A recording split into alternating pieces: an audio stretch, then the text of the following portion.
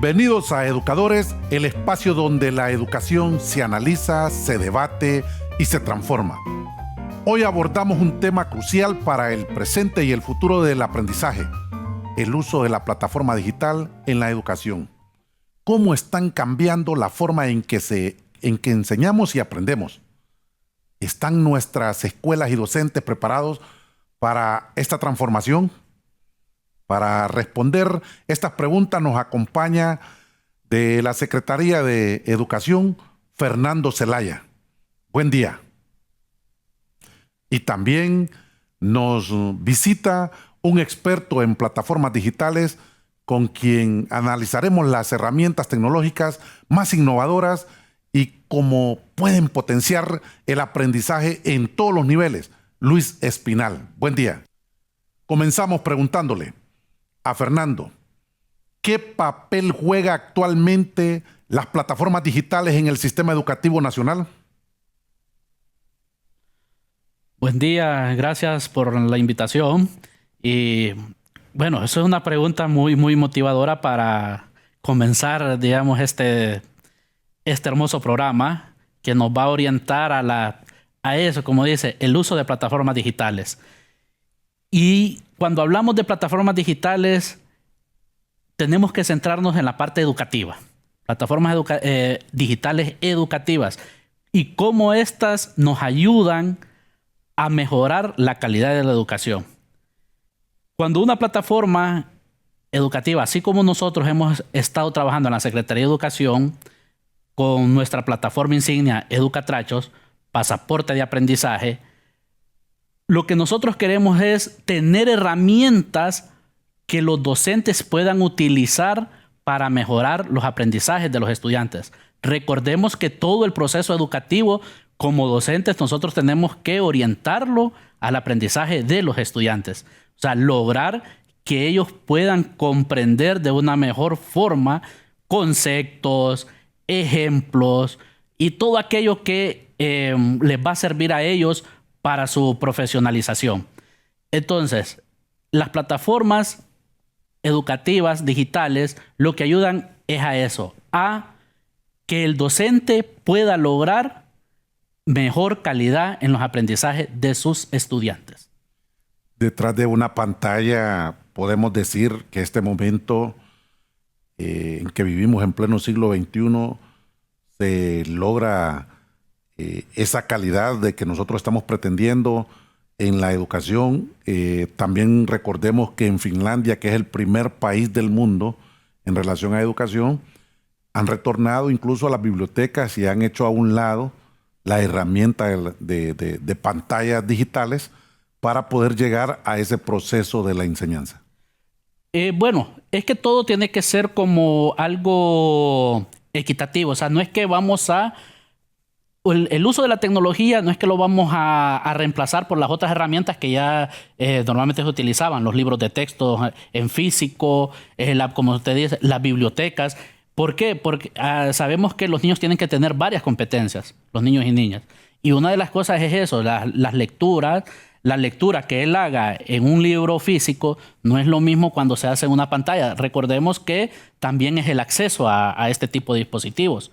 Pero nos ayudan a ver otro tipo de cosas. Por lo menos cuando usted tiene, ahora, si usted se fija, tenemos un teléfono celular, nosotros podemos ver algunas cosas como simulaciones, videos, algo que no tenemos en los libros de texto, que nos explican de una forma más llamativa algunos conceptos o contenidos que no teníamos en los libros de texto. Pero eso no quiere decir que con esto nosotros decimos, no, ahora eliminamos esto y tenemos acá en este dispositivo podemos tener una biblioteca de 1 millón de libros, digamos, si tiene bastante almacenamiento. Que usted tener 1 millón de libros en físico sería difícil, ¿verdad? Pero sí, lo que tenemos que buscar como es ese equilibrio de cuándo utilizamos las plataformas y los dispositivos y cuándo vamos a utilizar también estas herramientas físicas para fortalecer las competencias de los niños y niñas. Bueno, ha dicho términos muy puntuales, una herramienta. No estamos diciendo que esto es el ABC de todos los días o de cada momento. Estamos hablando de una herramienta. Cuéntenos una anécdota positiva en relación al uso de este tipo de herramientas que se está utilizando hoy en pleno siglo XXI para poder llevar parte de esa enseñanza a los diferentes centros o a la sociedad en general, porque recordemos, estas herramientas bien utilizadas, recordemos que es un espacio de formación. Bueno, una anécdota de tantas que he tenido cuando estoy en proceso de capacitación de los docentes. Recuerdo una vez cuando estábamos enseñando cómo utilizar este tipo de herramientas, las plataformas, los recursos educativos, una docente dijo, no, eso me hace perder el tiempo. Muy bien, o sea, uno les acepta a los profesores que lo que nos dicen. Y yo digo, pero, profe, le digo, quédese en la capacitación y verá, le voy a demostrar que no es perder el tiempo. Y ella se queda. Cuando ya empezamos a trabajar, la profesora, no, que eso es viaje de perder el tiempo. Lo bonito fue que cuando me tocó ir a la escuela a hacer un seguimiento, miro a la profesora pero emocionada haciéndola, utilizando las tablets, pues estaba enseñando ella el cuerpo humano, entonces teníamos un programa que hacía una simulación del cuerpo, y ella, no, es que esto, mire, ahora me he vuelto una experta y entonces le digo, vio, profe, o sea, son de las anécdotas que a uno le quedan porque, o sea, está ese impacto de que genera el uso de la tecnología. Yo no quiero usarla, pero cuando ya la empiezo a usar y observo que me ayuda, entonces empiezo a usarla. Correcto. Ahora vamos con Luis y nos va a decir qué debe tener una plataforma educativa para ser efectiva y funcional en el aula. Bueno, creo que eso va a depender mucho, ¿no? de la necesidad que nosotros queramos suplir con una plataforma educativa. Sin embargo, sí debe haber una estructura, ¿no? Y también una secuencia, podríamos decir, de elementos que la hagan funcional, que la hagan efectiva en el aula de clases. Hoy por hoy tenemos plataformas que, por ejemplo, son adaptativas, que utilizan pues la inteligencia artificial, los diferentes algoritmos para crear rutas personalizadas de aprendizaje, y eso también responde a una necesidad educativa. Tenemos plataformas también que se construyen a partir, por ejemplo, de un currículum de un sistema educativo y que responden justamente al contenido, a las competencias que se abordan en ese currículum. Entonces creo que para que sea funcional, pues sí debemos considerar muchas dimensiones o varias dimensiones, principalmente los aspectos pedagógicos, los aspectos académicos, los aspectos curriculares, las necesidades también que tenemos en los centros educativos en donde vamos a implementar esa plataforma. Y algo muy importante también es considerar ciertos factores técnicos, como por ejemplo la adaptabilidad, la portabilidad, si también la plataforma educativa es compatible con un celular, con una computadora, con X dispositivo, considerando también la cantidad o la diversidad de dispositivos con los que un estudiante, un docente puede acceder a una plataforma educativa. Fernando, ¿cuáles son las plataformas oficiales que promueve o utiliza la Secretaría de Educación? Nosotros tenemos una plataforma que la llamamos Educatrachos. En esta plataforma, que es Educatrachos, Pasaporte de Aprendizaje, es una plataforma orientada a tener recursos educativos digitales interactivos oficiales de la Secretaría de Educación. ¿Qué quiero decir con esto? Nosotros sabemos que en Internet hay infinidad de recursos educativos para matemáticas, ciencias, lenguaje, aprendizaje de idiomas. Pero ¿qué pasa? Que todos estos recursos están, digamos, ahí en la web. Pero el docente tiene que buscar y tiene que observar si el recurso le va a servir en su objetivo planificado. En cambio, nosotros tenemos recursos que ya están orientados a nuestro currículo nacional básico. O sea, donde ya el docente dice, este recurso está para primer grado. Y para enseñar el tema de, digamos, suma de números naturales. Entonces, pero y es la lección tal del libro. Entonces, él ya no tiene que andar buscando o viendo si el recurso le va a servir o no, porque nosotros ya hicimos esa clasificación. Entonces, igual, nosotros tomamos recursos también de la web, de algunos, digamos, organizaciones que tenemos convenios con la Secretaría, que tienen convenios con la Secretaría de Educación, donde de igual forma analizamos esos contenidos son de acuerdo a nuestro currículo nacional básico y se los alojamos en el pasaporte de aprendizaje. Entonces, y acá también que el pasaporte es libre para todos. O sea, no es, sí se creó un usuario, pero es libre para todos, docentes, padres de familia, todo hondureño. Y puede estar dentro del país y fuera del país. Pero así como que vayan al buscador y digan la plataforma o el ítem que yo tengo que incorporarme es ¿Qué le podemos decir? Porque recordemos, el programa es Educadores. Y desde esta plataforma y desde este programa, la intención es poder familiarizar a todos los interesados, como usted muy bien lo dice, sean padres de familia, sean estudiantes o sean docentes, en las diferentes líneas de búsqueda que pueden tener acceso para llegar a ello. Bueno, ahí nosotros lo que les recomendamos es que entren a la plataforma educatrachoslearningpassport.udices.org.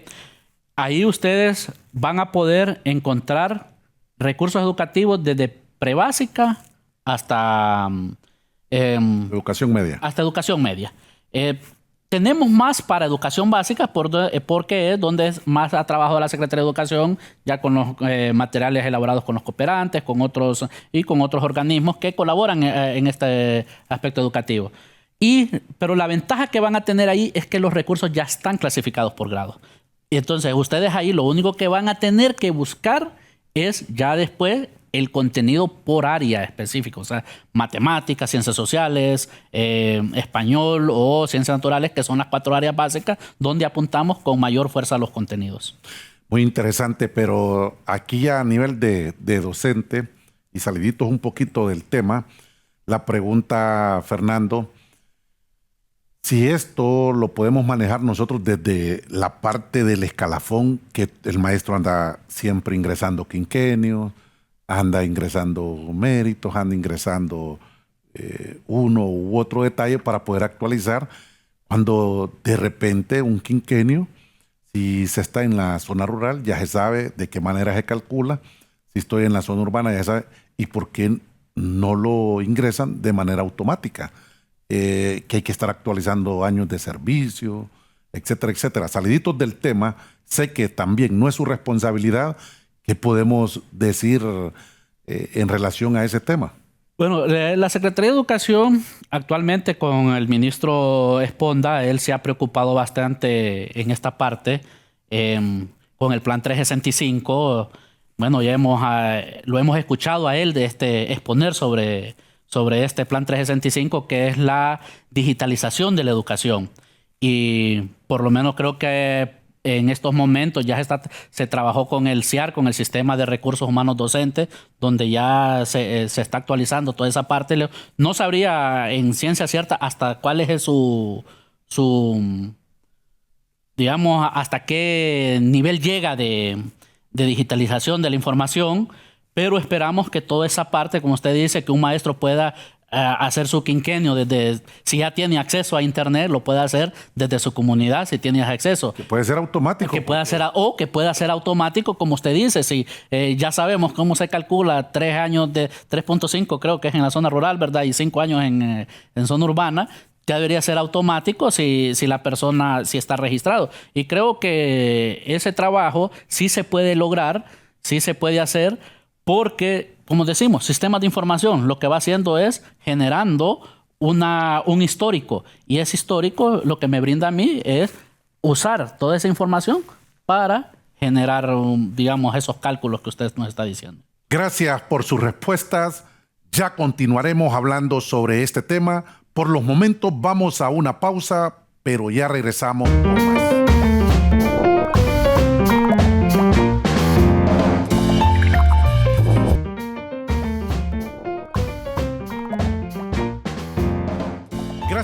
continuar con nosotros en Educadores. Hoy abordamos un tema importantísimo para la educación, las plataformas digitales. Luis, ¿qué beneficios concretos han demostrado las plataformas digitales en el rendimiento académico?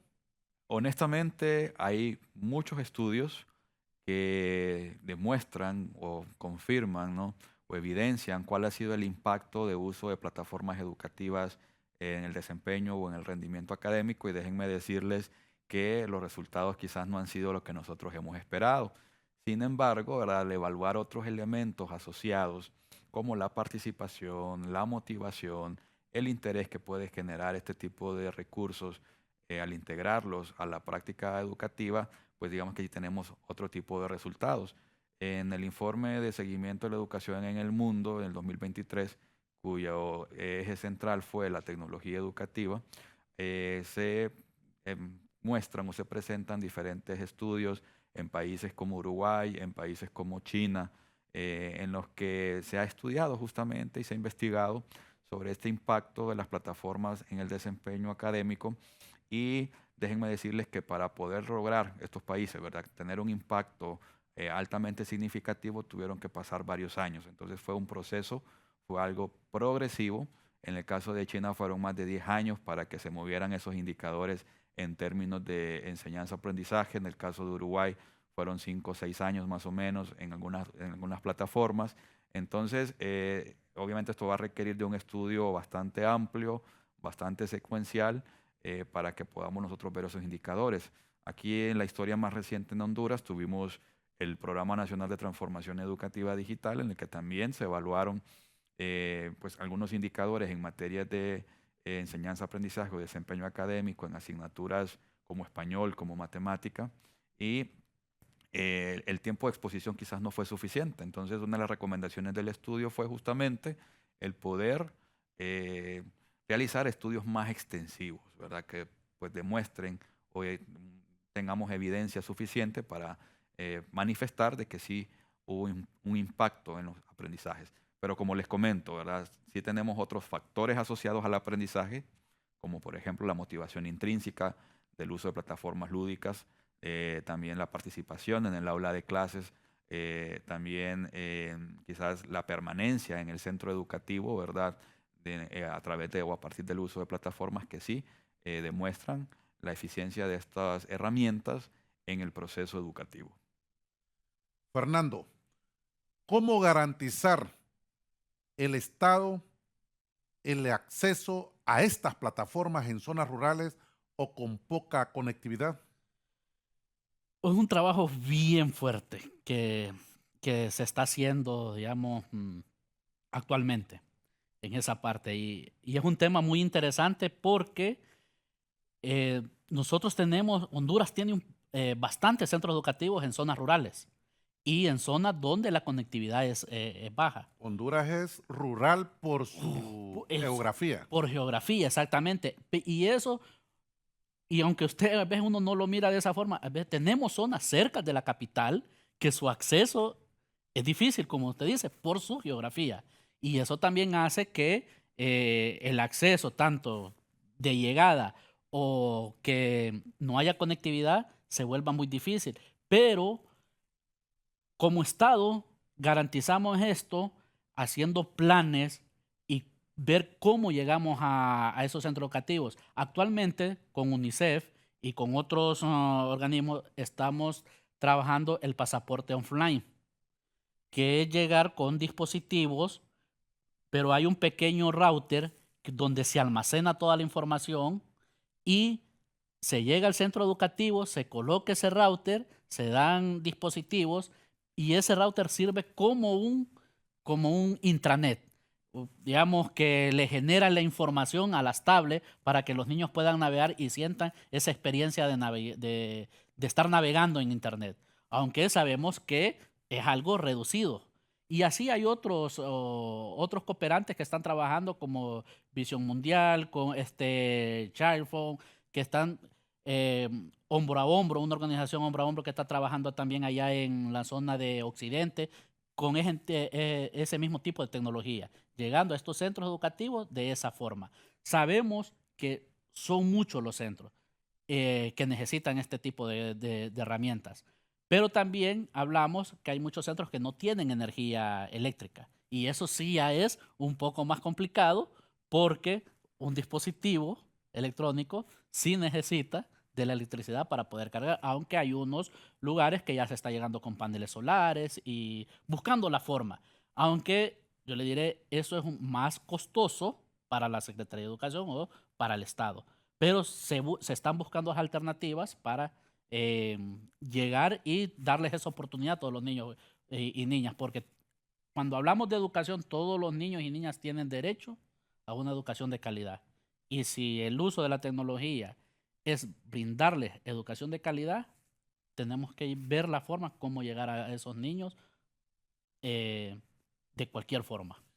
Fernando, ¿qué se le vino a la mente cuando se escuchaba en las noticias que se iban a transmitir de manera directa los resultados del proceso de elecciones interno, pero que no había conectividad en la mayoría de los centros educativos? ¿Qué se le vino a la mente? Bueno, tío, van a tener internet satelital, porque es la única forma de, aunque no haya conectividad en el centro educativo, sabemos que hay opciones como la internet satelital para poder gestionar esto. Pero aquí es donde vamos otra vez al costo-beneficio. Tenemos que ir viendo nosotros, ¿vale? Lo primordial es que todos los niños tengan el acceso. Pero tenemos que ir viendo también cuál es el costo de llevar eso. Porque también no somos un país millonario, o sea, de recursos infinitos. Somos un país que vamos trabajando, va por lo menos en la Secretaría de Educación, vamos trabajando de cómo ese presupuesto lo utilizamos de la mejor manera y llegamos a la mayor cantidad.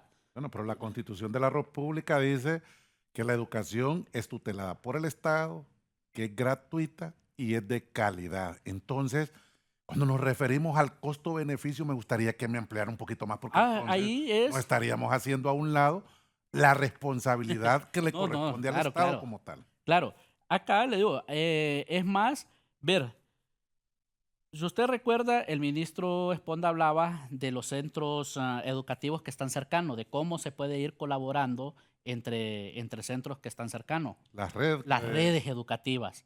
Entonces, ahí es una forma de nosotros de ir viendo cómo vamos a un menor costo beneficiando la mayoría de estudiantes.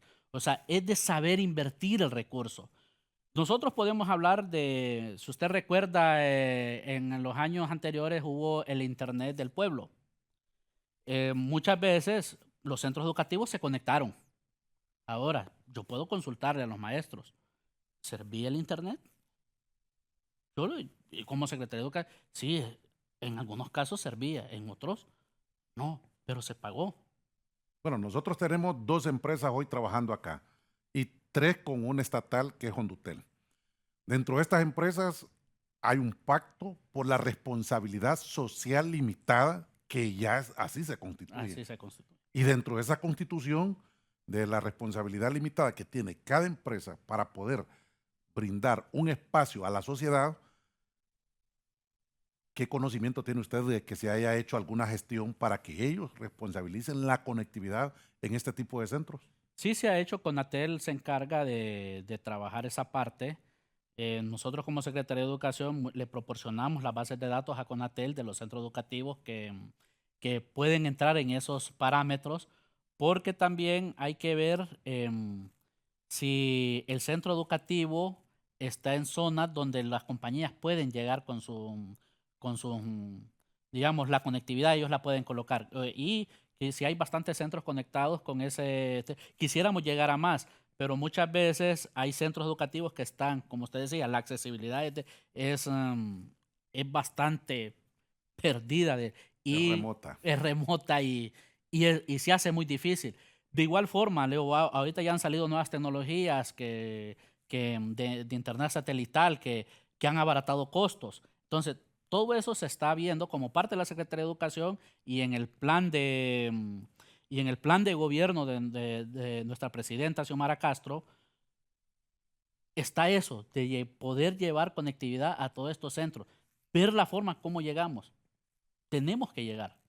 Como usted dice, o sea, cuando yo le hablo de la parte de costo-beneficio es cómo nosotros a menor costo brindamos benefician mayor centro educativo. Exactamente, porque de nada me sirve a mí gastar millones de dólares y solo le voy a reportar a usted, solo beneficia 100 centros educativos y los otros 17.500, ¿dónde los dejamos? Totalmente de acuerdo. Con Luis ahora. Luis, ¿qué recomendaciones daría a docentes que aún se sienten inseguros frente a la tecnología? Bueno, aquí es cuestión de voluntad, es cuestión de perder el miedo. Todos creo que en algún momento sentimos un poco de temor, de inseguridad al salir de nuestra zona de confort. Sabemos que la tecnología es bastante disruptiva y que al llegar a nuestro centro educativo nos puede sacar de nuestra zona de confort. El romper con esas prácticas convencionales, con esas prácticas tradicionales, no es nada fácil. Incluso pues casi todos nosotros de nuestras generaciones, la generación incluso millennial se formó bajo estos métodos, quizás no con tanta exposición a la tecnología como ahora, y creo que es un reto que se debe tomar. Al final ese reto debe convertirse en una oportunidad, es mi consejo hacia los docentes. Hay muchas historias alrededor de cómo docentes que quizás al inicio tenían esas inseguridades, que manifestaban esta resistencia al cambio o este miedo, ¿verdad?, a la tecnología, pues vencieron este temor, asumieron el reto y hoy son grandes pues, usuarios y también integradores de la tecnología en la práctica educativa. Y esto creo que representa también una oportunidad para no privar del derecho a la educación a nuestros estudiantes. Recordemos que nuestros estudiantes se están formando en una era netamente digital y el poseer estas competencias, el poseer estas habilidades o hacer el esfuerzo de pues, desarrollar o estimular estas habilidades digitales van también a abrirles muchas posibilidades a nuestros estudiantes para aprender de diferentes formas, para acceder a un mundo totalmente digital y global y también replicar, ¿verdad?, estas competencias y habilidades no solo para el trabajo, sino también para la vida en el estudiantado. Fernando, ¿qué tipo de capacitaciones reciben los docentes para manejar herramientas digitales educativas? Bueno, las capacitaciones nosotros las vamos dirigiendo de acuerdo a las necesidades. Una de las principales que damos nosotros son las de el uso de las TIC en educación, que son, digamos, aquellas básicas donde el docente tiene que conocer de forma general todo esto relacionado con las TIC y cómo las podemos utilizar en educación. Ya después vamos orientando ese tipo de capacitaciones más específicas. Un profesor que enseña matemáticas necesita un tipo de capacitación para enseñar matemáticas usando tecnología. Con la complejidad. Exactamente. Un profesor que enseña español o las ciencias necesita otro tipo de capacitación. Y hay diferentes herramientas para cada uno de ellos. Entonces tenemos que ir viendo, claro, el profesor de primaria, que es el que enseña toda, o sea, el de educación básica de primero a sexto grado, que él tiene su responsabilidad de todas las asignaturas, entonces para ellos también se hace un tipo de capacitación orientado a cómo utilizar herramientas que le ayuden a facilitar su trabajo en las diferentes áreas de aprendizaje. ¿Cuántos centros educativos aproximadamente están haciendo uso de estas herramientas? Ahorita nosotros tenemos reportado que hay, con conectividad, hay unos 1.600 centros educativos que están conectados con Internet y que tienen acceso a estas herramientas y que tienen también acceso a dispositivos. Hay otros centros educativos que por cuenta de ellos también han conseguido conectarse y también conseguido dispositivos. Entonces estamos hablando alrededor de unos 3.000 centros educativos que, digamos, están de lleno metidos con la tecnología. Están haciendo uso de esta herramienta. Muchas gracias por responder a nuestras interrogantes. Nuevamente vamos a una pausa, pero ya regresamos con más.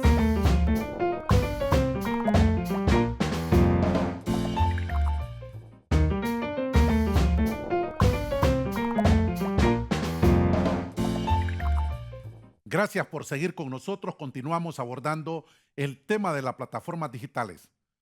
Fernando, ¿Hay evaluaciones que midan el impacto real del uso de plataformas en el aprendizaje? En Honduras, digamos, se han hecho experimentos de evaluaciones, pero todavía no tenemos algo que nos diga ese impacto, si ese impacto es real. Pero ahí sí hay indicios en que esto nos ayuda. Hay también evaluaciones internacionales donde nos muestran que, que el uso de las plataformas digitales apoyan bastante los aprendizajes. Y cuando un docente hace buen uso de estas herramientas, entonces logra que sus estudiantes adquieran competencias y además puedan adquirir otro tipo de conocimientos, no solo el conocimiento científico que queremos nosotros de matemáticas, de español, sino es que también en otras áreas.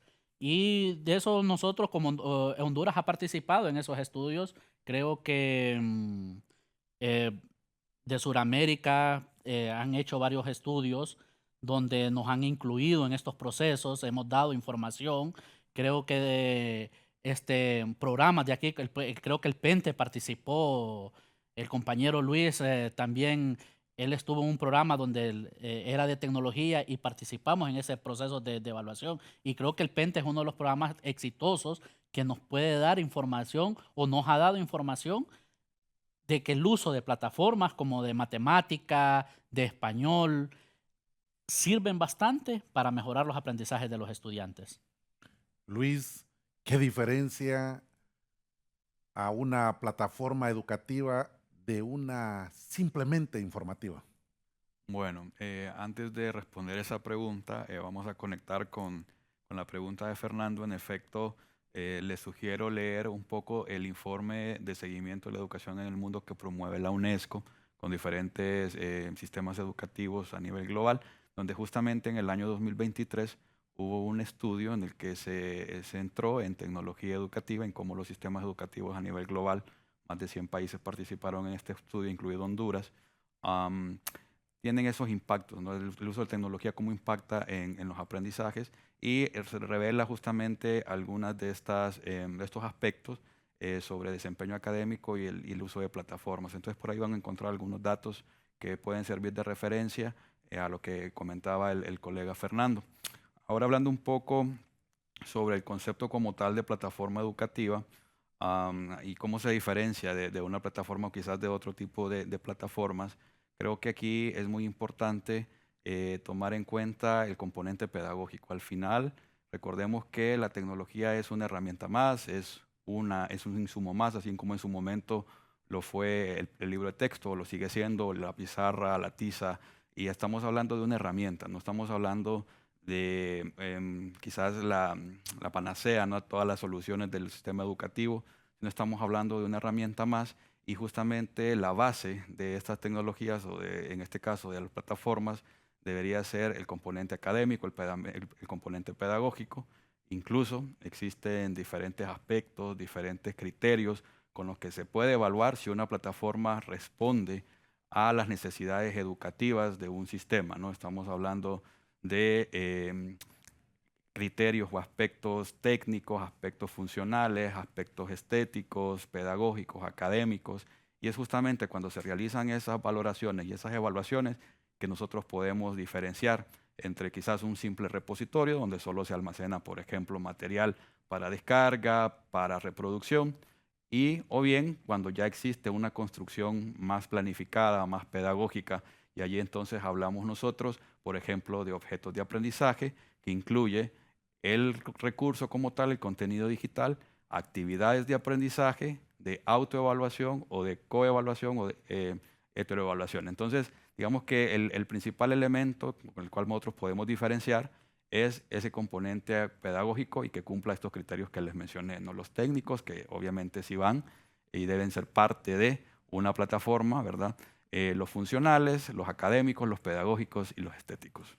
Para muchos ya manejan con mucha habilidad este tipo de plataformas, su conocimiento, de repente su formación, pero Para otros, número de docentes o de personas que hasta hoy están accesando a este tipo de plataforma, ¿qué anécdotas, Luis, positiva podemos contar de este proceso durante el desarrollo que a usted le ha tocado estar en este proceso de enseñanza?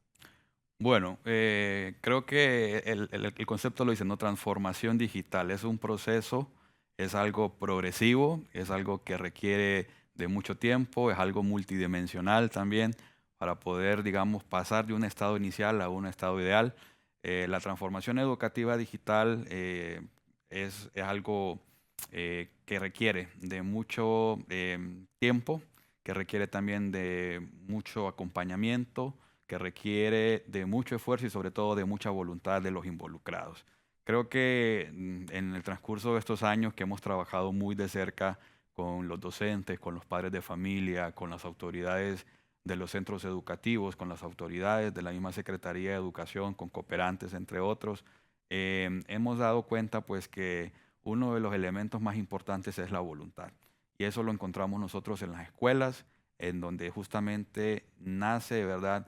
Y se construye esa transformación en la que se da toda esa apropiación de tecnología y en el que ocurre ese día a día que nosotros quizás afuera no vemos, pero que cuando estamos en campo, cuando estamos acompañando a los centros educativos, vemos esa realidad y ese contraste entre lo que quizás nosotros planteamos en un diseño de un proyecto y la realidad que existe en el centro educativo. Entonces, yo sí tengo varias anécdotas y algunas muy interesantes que la verdad es que dan mucha esperanza, ¿verdad?, a todo este proceso de transformación. Por allí tuvimos nosotros cuando estuvimos en un programa que ya lo mencionó Fernando, que incluyó pues la convergencia de múltiples componentes en materia de transformación digital.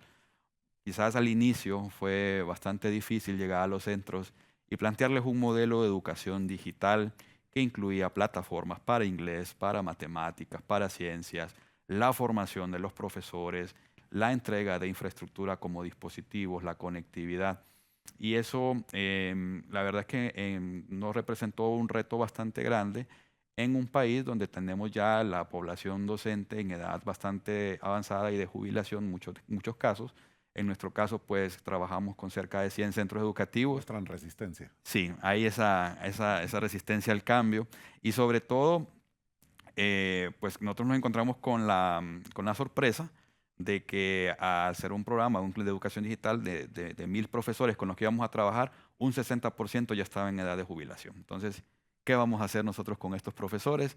Se trabajó muy de cerca en darles un acompañamiento muy personalizado, al punto de que tuvimos profesores, recuerdo una escuela de La Paz, en la que la profesora ya estaba por jubilarse y dijo, un momento, no me quiero jubilar, esto para mí es nuevo, me va a dejar un nuevo aprendizaje, yo quiero seguir, y retrasó un poco sus años de jubilación y ahora ella coordina y es la que enseña a las demás profesoras a utilizar, por ejemplo, una plataforma de español, porque ella es del área de español.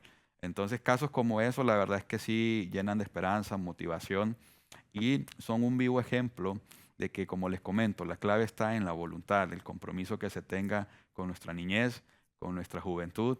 Y yo eso siempre lo tomo como una anécdota que me ha marcado la vida, en el sentido de que ya una docente, ¿no?, en edad de jubilación asumió el reto y sobrepasó las expectativas al punto que al final fue una mentora incluso para las nuevas generaciones. Bueno, de acuerdo a todo esto que hemos venido platicando con Fernando y con usted, Luis, en el desarrollo de este programa, hemos podido nosotros ir también conociendo que son costos relativamente bajos tener conectividad, crear plataformas, poder hacer diseño y todo esto. Luis, ¿qué rol juegan los padres de familia en el uso de la plataforma digital por parte de sus hijos? Y sabemos que hasta para adquirir la herramienta, llámese cualquier tipo de dispositivo, no ha sido fácil porque estamos en un país altamente con un índice de pobreza del 76% y la extrema pobreza ni la mencionemos. Entonces, ¿qué podemos decir en relación a eso? Bueno, es una pregunta bastante compleja porque ya usted lo mencionó, es multidimensional también el análisis. Sin embargo, ¿verdad? Parte del estudio y estos hallazgos que se hizo en el informe GEM, que es este que les comento, el informe que promueve la UNESCO del seguimiento de la educación en el mundo y que se publica anualmente, y arroja justamente esta información, ¿no? De que un modelo de educación digital y particularmente las plataformas educativas sí son muy costosas, requieren de una inversión bastante considerable. Y en nuestro país, ¿verdad? También eso, algunos estudios o evaluaciones de impacto asociadas al uso de plataformas también lo han demostrado. Por eso, ¿verdad? Es importante trabajar de manera articulada. En el caso del sistema educativo actual, pues se cuenta con un espacio de convergencia entre cooperantes, entidades de gobierno, sociedad civil, empresa privada, fundaciones, que es la Mesa Técnica de Educación Digital, que fue creada también como ese propósito, ¿no? De democratizar un poco y reducir brechas, en el que justamente la cooperación se ha unido, ¿verdad? Con el gobierno para poder promover ciertas alternativas que usted lo ha mencionado, en un país con nuestras condiciones, ¿no? Y también principalmente en el que un 60% de nuestros centros educativos se encuentran en la zona rural. Entonces se han estudiado, se han identificado las mejores prácticas de acceso a las plataformas, ya sea de forma remota o, por ejemplo, en este momento, hace como 2 semanas se acaba de hacer un lanzamiento oficial de una plataforma que también no tiene ningún tipo de costo ni para estudiantes ni para docentes, que es la Educatrachos Pasaporte de Aprendizaje, que se viene promoviendo desde el 2021 y que son contenidos pues accesibles, ¿no? Basados en el currículum nacional y que no tienen ningún costo ni para el estudiante, ni para el padre de familia, ni para el docente. Algo también que eso representa, pues, digamos, una oportunidad para poder acceder a la educación de diferentes formas. Sabemos que hay otros desafíos que también se deben resolver al mismo tiempo, como por ejemplo los libros de texto, que también no son parte al final del componente educativo de los centros educativos de nuestro país, pero creo que se debe trabajar de forma paralela. O sea, quizás los centros educativos que ya superaron ese reto de los libros de texto y quieren acceder a nuevas tecnologías, pues la Secretaría de Educación y el gobierno de Honduras, en este caso, junto con los cooperantes, está promoviendo el uso de estas herramientas. Y creo que el rol de los padres de familia es fundamental, sobre todo porque esto no representa ningún tipo de costo. También incluyen algunos programas dentro de estas plataformas dirigidos a la formación de competencias y habilidades digitales para docentes y para padres de familia. Entonces, sí digamos que ayuda mucho y viene también a, digamos, a matizar un poco, ¿no? La problemática de acceso a la educación en nuestro país. Fernando, ¿cómo se está trabajando para reducir la brecha digital entre estudiantes de diferentes contextos? Pues una de las cosas que ahorita está trabajando la Secretaría de Educación es con la adecuación curricular. Ya el nuevo currículo que se está trabajando ya viene orientado a ir trabajando ya más orientado al uso de las tecnologías. O sea, ver cómo nuestros estudiantes los vamos acercando a que todos estos aprendizajes puedan adquirirlos mediante una mediación tecnológica. Claro, como secretaría, como usted dice, reducir la brecha, y nos lo decía Luis también en la mesa técnica digital de la Secretaría de Educación, y donde la componen los cooperantes y la empresa privada, trabajamos en relación a esto. Identificar cuáles son los cuellos de botella que no nos permite avanzar, solucionar esos cuellos de botella y de esa forma reducimos esa brecha. Pero va más orientado, nosotros como Secretaría tenemos que ir viendo primero toda esa parte curricular. Desde la parte curricular orientamos, miramos cuáles son nuestras necesidades y de acuerdo a las necesidades vamos a incorporamos esta la parte técnica. ¿Cuál ha sido, Fernando, el obstáculo mayor para no avanzar de una manera más acelerada? Bueno, usted lo hemos venido mencionando, esa resistencia al cambio. Nos decía, Luis nos mencionó uno también, de la mayoría de docentes que ya están en un proceso de jubilación. O sea, tener todos esos parámetros muchas veces nos complica, porque igual, ¿cómo obligamos a un profesor que ya está por jubilarse? Dice, no, yo ya voy a salir del sistema, entonces Hay que ir no... rompiendo esos Hay paradigmas. que, exactamente, pero gracias a Dios, como dice Luis, tiene esa experiencia bonita y es muy bonita porque una docente que ya atrasó su jubilación para poder aprender y ahora más bien es una mentora. Entonces son cosas que dejan marcado. Gracias nuevamente por estas respuestas. De momento vamos a nuestra última pausa, pero ya regresamos con más.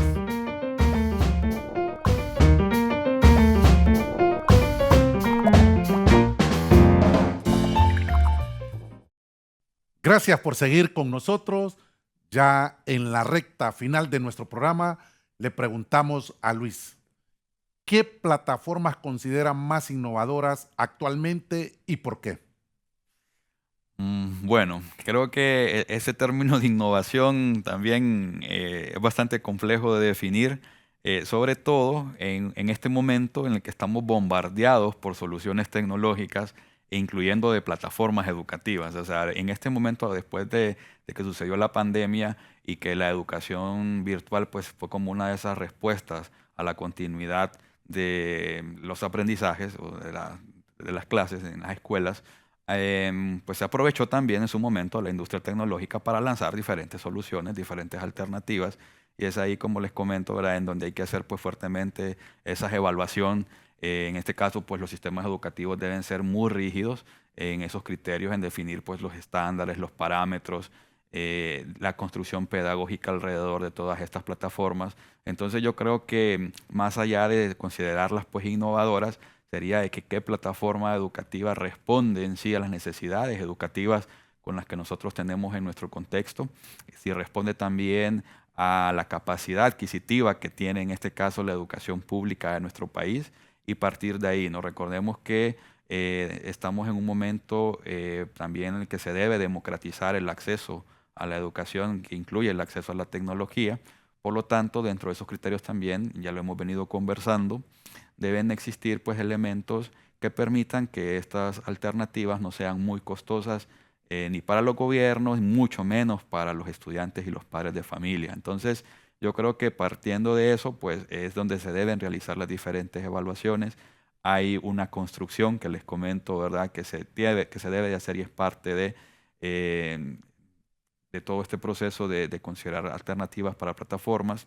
Entonces, yo diría más bien es que en lugar de qué plataforma, pues quizás si es más innovadora, puede ser que la innovación sea uno de esos aspectos o criterios a considerar, es cuál de esas plataformas o esos contenidos responden en sí a las necesidades del sistema educativo, a las necesidades de nuestros niños y sobre todo también que estén alineadas al currículo oficial que se promueve en los centros educativos. Fernando, ¿qué desafíos han enfrentado en la implementación de estas herramientas a nivel nacional? Bueno, hay muchos desafíos que nos hemos enfrentado. Como decíamos, uno de los principales es siempre eso, o sea, la resistencia al cambio. Otro es la infraestructura tecnológica adecuada. O sea, venimos mencionando muchas veces tener todos los componentes. Nosotros como Secretaría aspiramos a un sistema que contemple dispositivos, contemple conectividad, contemple plataformas educativas, la formación docente y la innovación. Eso es lo que esos 5 componentes, nosotros queremos que todos esos 5 componentes estén en un centro educativo. Sabemos que es muy difícil. ¿Por qué? Porque todo necesita presupuesto. Pero estamos ahí trabajando, por lo menos para ir cumpliendo uno a uno, uniéndonos, como decíamos, con la empresa privada, con los cooperantes, de que si la Secretaría da dispositivos, entonces ver cómo conseguimos conectividad con un cooperante, cómo conseguimos capacitación con, digamos, los gobiernos municipales, que también ellos intervienen en la parte educativa. Entonces, esos desafíos para nosotros los hemos ido, ya los tenemos, como dicen, tenemos un mapa ya de esos desafíos y tenemos que ir viendo cómo vamos, que ya no se conviertan en desafíos, sino es que como en algo normal para llegar a los centros educativos. Fernando, con el presupuesto y el supuesto, ¿cómo calificamos hasta hoy la intervención en las diferentes plataformas digitales de 1 a 10 en relación a todo lo que hemos estado platicando? Pues fíjense, nosotros como Secretaría de Educación, digamos, estamos en un 8 de 10, porque hemos estado trabajando por lo menos, luego trabajamos la parte de... Hemos superado la debilidad de la digitalización. Exactamente, aspiramos a más. Como dice el ministro profesor Daniel Esponda, cuando nosotros queremos llegar a los estudiantes, queremos llegar con todos los elementos. ¿Cuántos centros educativos tenemos? Tenemos como 17.500 planteles educativos. Eso se convierten en como en 23.000 centros educativos ya por sus diferentes... Y de esos 17,000, ¿en cuántos estamos en relación cuando decíamos ahora que solo son 3,000? Los que están tomando ahorita aproximadamente este tipo de formación o de aprendizaje. Si nos vamos ya a números, podemos hablar de que hay aproximadamente unos 10.000 centros educativos, ¿verdad, compañero Luis? Que sí cumplen los criterios. Cumplen los criterios para poder tener todos estos componentes. O sea, y cuando nosotros hacemos ese tipo de mapeo, miramos de que hay centros educativos que tal vez el Estado no es quien les proporciona todo estos elementos, pero sí hay la comunidad local, los gobiernos locales, empresas locales, apoyan a estos centros educativos. Entonces, miramos que hay aproximadamente ya unos 10.000 centros Luis, educativos. Si tenemos 17,000 planteles, aproximadamente 23,000 espacios de enseñanza y estamos aproximadamente en 10,000 por diferentes factores, porque están apoyados por la empresa privada, porque están intervenidos por alguna fundación, por la secretaría, por lo que sea, de cómo calificamos entonces nosotros la intervención en este tipo de enseñanza en los diferentes centros educativos de 1 a 10, ¿cómo lo calificamos? Bueno, estamos, creo yo, en un estado todavía incipiente, queda mucho por hacer, pero creo que se han sentado muy bien las bases. Incluso ya hay un documento que proyecta de aquí al 2026, más o menos, justamente completar este esquema que hablaba el colega Fernando de los componentes integrales de educación digital en más de 10,000 centros educativos, y quizás por las condiciones, ¿no?, que hemos hablado de ruralidad, de infraestructura, partes geográficas, no podemos implementar de una vez, o en la proyección no podemos nosotros integrar a todos estos 23,000 centros educativos, pero sí una parte de ellos muy significativa. Entonces yo consideraría que estamos un poco más de la mitad. No me atrevo a dar todavía un dato específico de cuánto, pero sí siento que por lo menos existen las bases suficientes para poder construir, poder llegar a más centros educativos, superar la brecha digital existente en nuestro país. ¿Cómo calificamos en esos centros que ya está instalado? De 1 a 10, ¿cómo lo calificamos? Lo vamos a llevar a un centro educativo para que usted también pueda calificarlo, pero yo me atrevo a decir que algunos centros han llegado a un 10. Han llegado a un 10 en la implementación de esta estrategia de educación digital. Hoy son, digamos, un oasis en medio del desierto, en medio de estas comunidades en donde solo existen estas escuelas, y hemos visitado estos centros educativos, ¿verdad? Nos hemos dado cuenta de que muchas veces subestimamos a los centros educativos, pero se han implementado de la mejor forma, de forma muy exitosa, así que yo sí, en algunos me atrevo a dar la calificación perfecta. Luis, ¿qué importancia tiene la seguridad digital y la protección de datos dentro de estas plataformas? Sí, eso es un punto bastante crítico, bastante álgido, que hace parte incluso de las competencias digitales que todo ciudadano debe tener o debe desarrollarse, ¿verdad? Si lo trasladamos eso a la escuela, debería ser incluso uno de los componentes transversales de toda esta estrategia de educación digital, y lo es, así está plasmado en ese documento de estrategia de educación digital, y se califica como una competencia o una habilidad, el tema de la ciberseguridad o la ciudadanía digital. Entonces, sí debe ser parte. Muchas de las plataformas con las que se han trabajado en el país incluyen ese componente de protección de datos. Sin embargo, si va a ser necesario y si es necesario como país apostarle por lo menos a un protocolo de seguridad digital o de ciberseguridad para los centros educativos que, ¿verdad?, promueva la protección de los datos de nuestros estudiantes, principalmente porque son menores de edad, así también como de los docentes.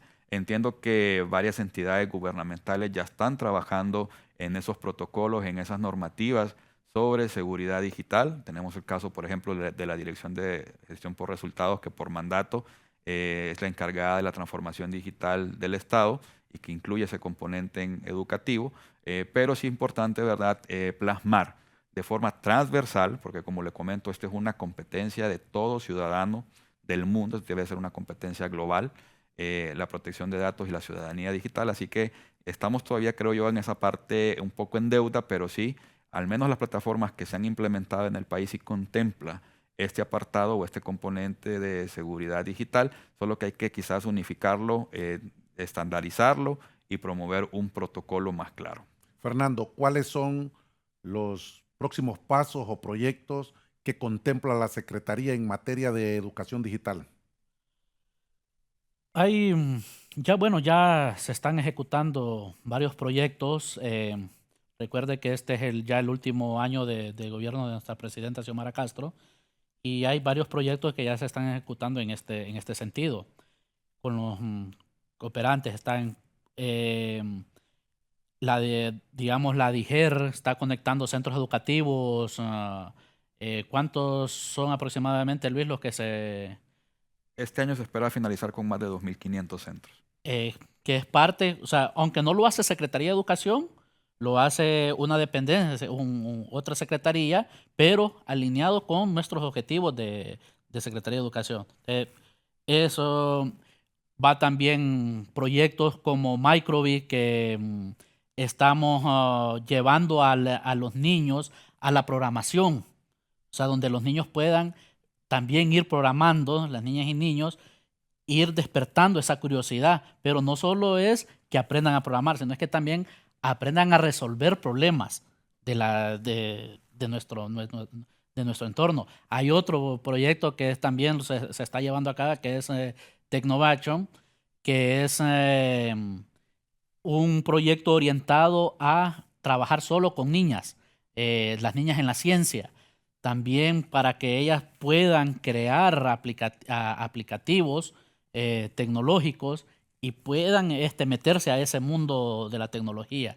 Y así otros proyectos, como también estamos trabajando en la digitalización seguimos trabajando en la digitalización del currículo, como secretaría también se está trabajando, usted miró ahorita lo del título digital, o sea que cada centro educativo pueda ya imprimir un título y no estar llenando ese título a mano, sino es que ya desde SACE se puede imprimir. Estamos también con el proyecto del bachillerato virtual, donde estamos dando cobertura educativa mediante una plataforma y así otros proyectos que van orientados a esto, a la educación digital, que por medio de los cooperantes o la empresa privada se están llevando a cabo. Aquí algo importante es que en esta secretaría, ahorita en este gobierno, se logró conformar esa mesa de educación digital.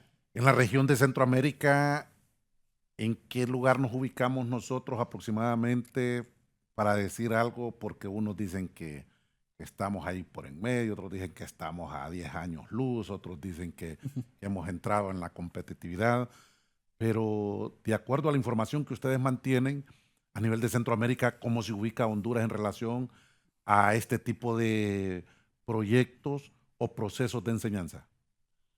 Pues ya que como una opinión personal, ya creo que nosotros sí estamos, digamos, ya dando pasos gigantes y metiéndonos, como dicen, a pelear grandes ligas. Y creo que cuando nosotros a nivel centroamericano medimos y estamos viendo lo que los demás países hacen, miramos que nosotros vamos por buen camino. nuestra referencia siempre la orientamos a Costa Rica. Costa Rica sabemos que en esto de la parte de la tecnología ha ido, digamos, creció bastante en los años, a inicio de los 2000. Bueno, creo que Luis ha hecho bastante estudios sobre esta parte, y no es cuando Costa Rica empezó con esto con Microsoft, o sea, dio Un salto. un salto gigante.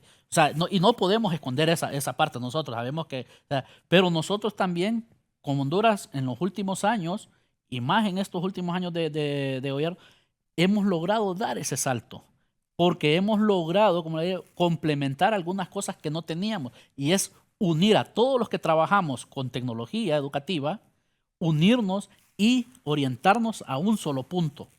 Decir, vamos a apoyar a los centros educativos y los vamos a apoyar de esta forma. Y tratar esa parte de que la empresa privada, que los cooperantes se unieran a Secretaría de Educación, eso nos da y nos hace que vayamos dando pasos gigantes y vayamos teniendo buenos resultados. Ahí tenemos Islas de la Bahía, que Islas de la Bahía es digamos, la ciudad digital. Ahí está, creo que todos los niños y niñas tienen un dispositivo, están conectados, y ahí trabajó el Estado, trabajó la empresa privada y trabajaron los cooperantes. Entonces, ese es un gran ejemplo que podemos dar de que sí vamos avanzando y nos podemos, digamos, posicionar ya, digamos, en un punto medio comparados con Costa Rica. Como mensaje final, Fernando, ¿qué le podemos decir a la comunidad educativa? Que recuerde que ahí estamos involucrados todos.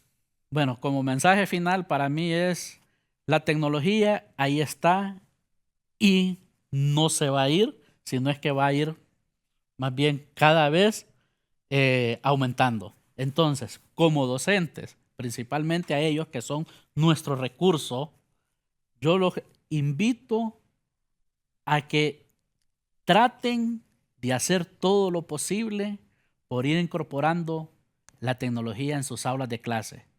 Nosotros, como Secretaría de Educación, vamos a apoyarlos. Vamos a estar con ustedes de la mano, porque aquí lo que buscamos no es que Secretaría de Educación alcance un objetivo, es que los niños y niñas se vuelvan competentes y puedan desarrollarse en cualquier trabajo, y no solo en Honduras, sino es que a nivel mundial.